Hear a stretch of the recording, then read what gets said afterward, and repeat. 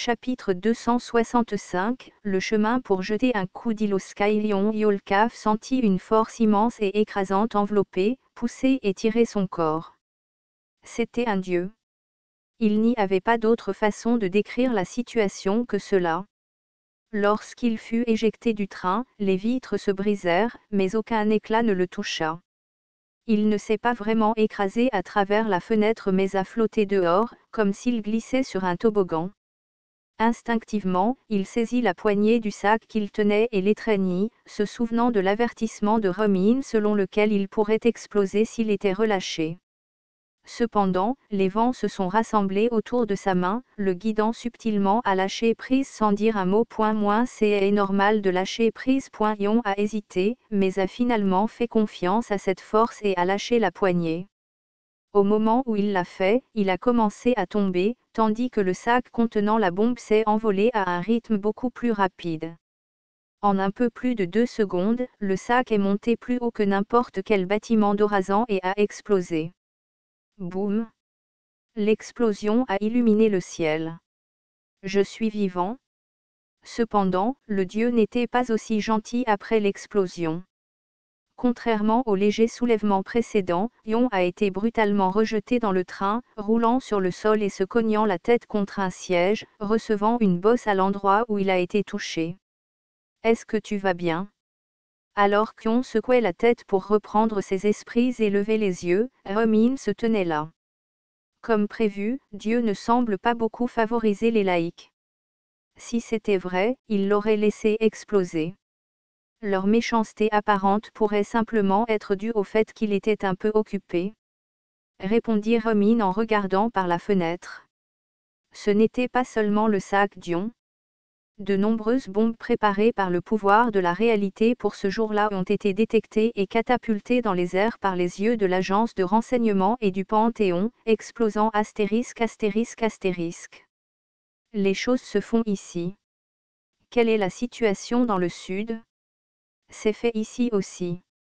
Les dieux du Panthéon ont discuté de la situation concernant la neutralisation des bombes dans chacune des zones qui leur étaient assignées. Ils étaient déjà au courant du projet d'assassinat de Sarcho pour étendre l'influence des laïcs et lancer une attaque politique contre le Panthéon. Les cas comme celui d'Ion, découvert grâce au réseau Skynet, ne représentaient qu'une fraction du tout.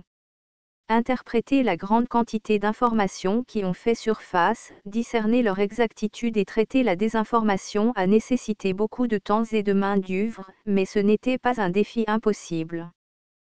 5. Woon a également terminé la zone qui lui était assignée en arrachant le sac à Ion et en le jetant dans le train. Il valait mieux ne pas l'empêcher à l'avance, pensa Woon, voyant une bataille psychologique avec le dieu maléfique invisible, Jolio. L'information révélée sur Skynet était si vaste que tout comprendre était un combat. Une grande partie des informations semblaient fausses, créées non seulement par des groupes laïcs, connus sous le nom de pouvoir de la réalité, mais aussi par les utilisateurs réguliers de Skynet eux-mêmes. Il semblait que Jolio était familier avec ce genre de réseau multi-accès. Eh bien, s'il y avait des armes nucléaires dans l'Antiquité, il ne serait pas étrange qu'Internet existe. Woon a donc prétendu que les services de renseignement paniquaient sans aucune idée, alors qu'en réalité ils étaient sur la bonne voie. Parallèlement, une autre tâche était en cours. Pour Woon, Jolio semblait jouer le jeu avec un véritable objectif, viser la victoire. Par conséquent, il a ignoré toutes les histoires non pertinentes trouvées sur Skynet. Au lieu de cela, il s'est concentré sur ce que Jolio pourrait faire pour nuire au Panthéon et à l'Empire, quelles activités seraient appropriées à de telles fins, et a secrètement passé au crible Skynet pour obtenir des informations sur ces activités. Et voilà le résultat.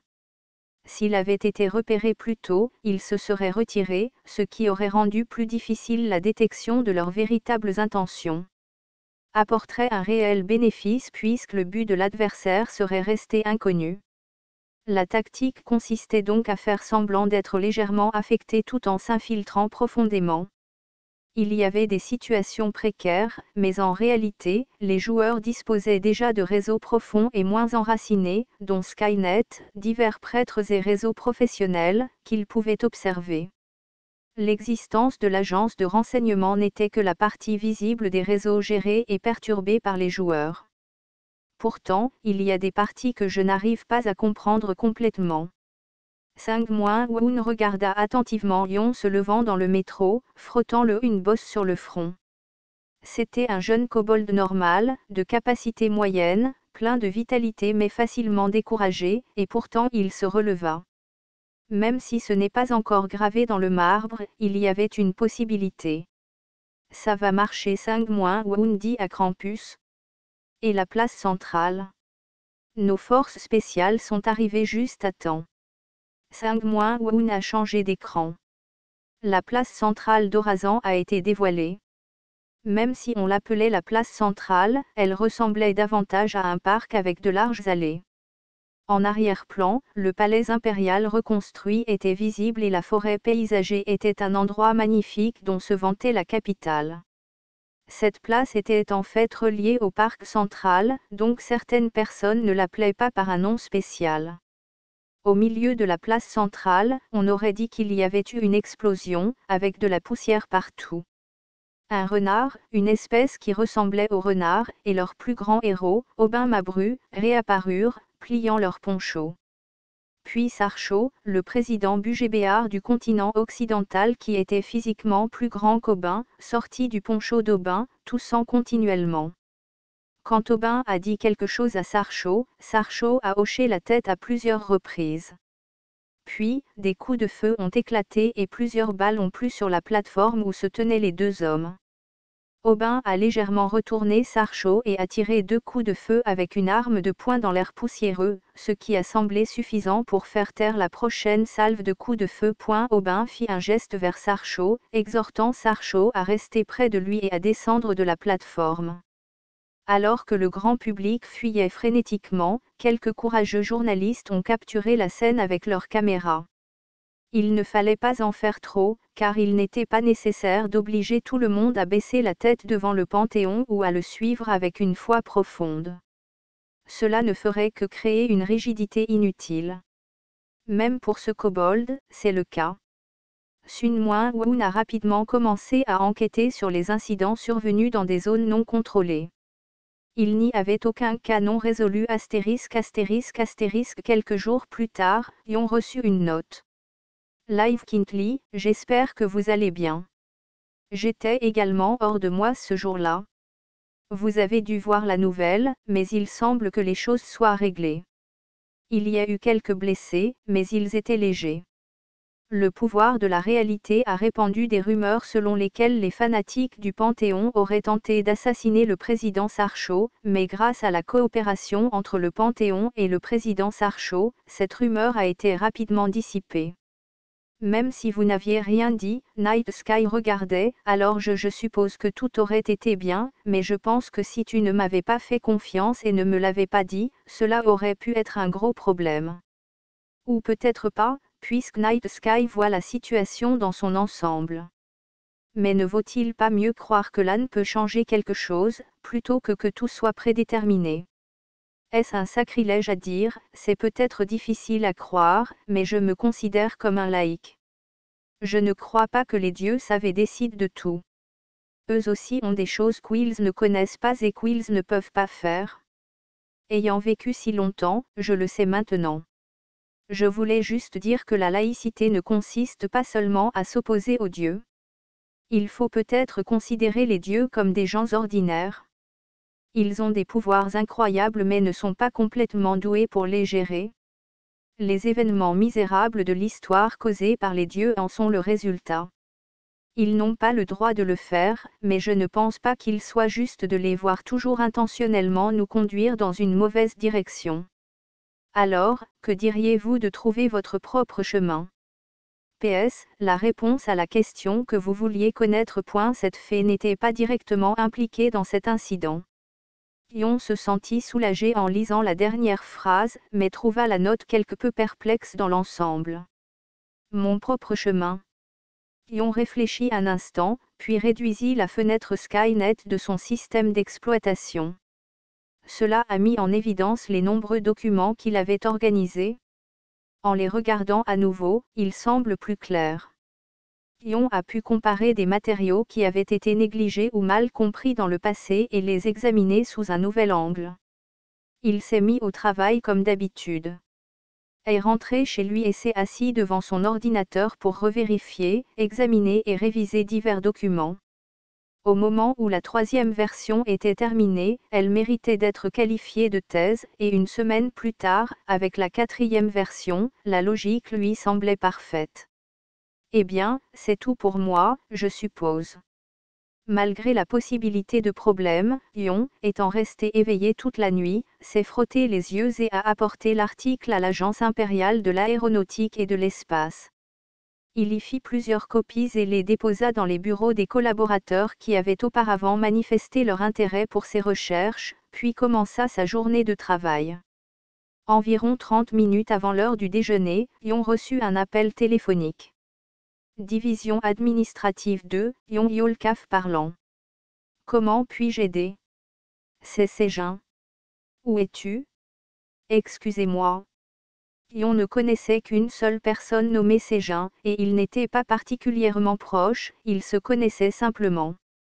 Sejin Chet était une naine et la directrice de l'Agence impériale aéronautique et spatiale. Où es-tu? Yon a répondu. Vous avez appelé le bureau, n'est-ce pas? Venez dès maintenant dans la salle de conférence principale au 1er étage.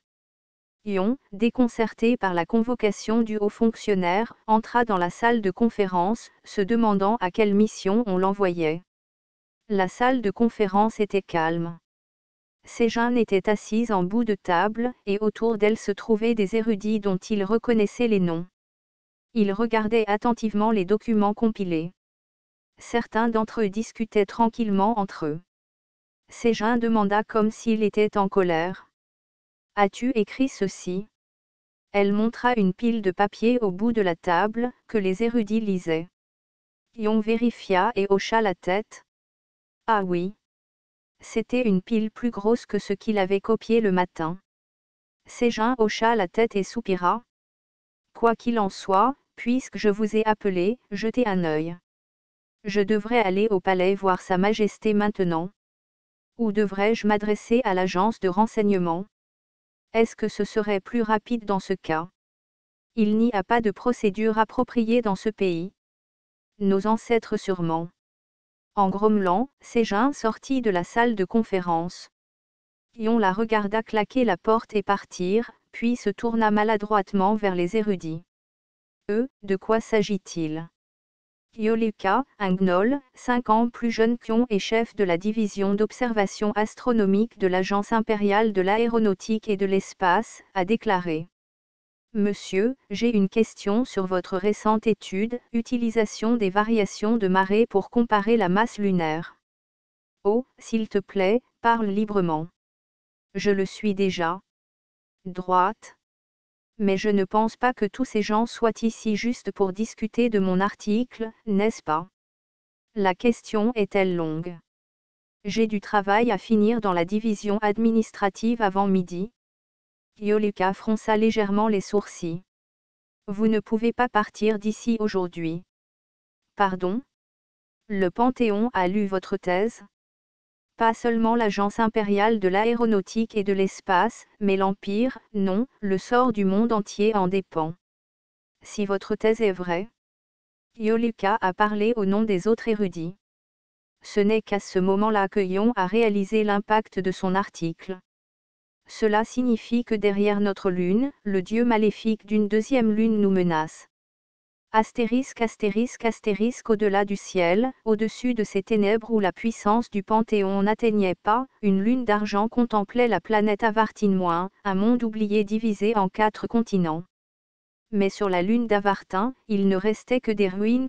Des êtres anciens avaient voyagé d'Avartin jusqu'à sa lune, Yonda, mais c'était tout. Leur civilisation s'est finalement effondrée. Cependant, derrière l'ombre de Yonda, une 2e lune appelée Loum était dans un état différent. Quelqu'un sur Loum a soupiré. moins nous avons été découverts.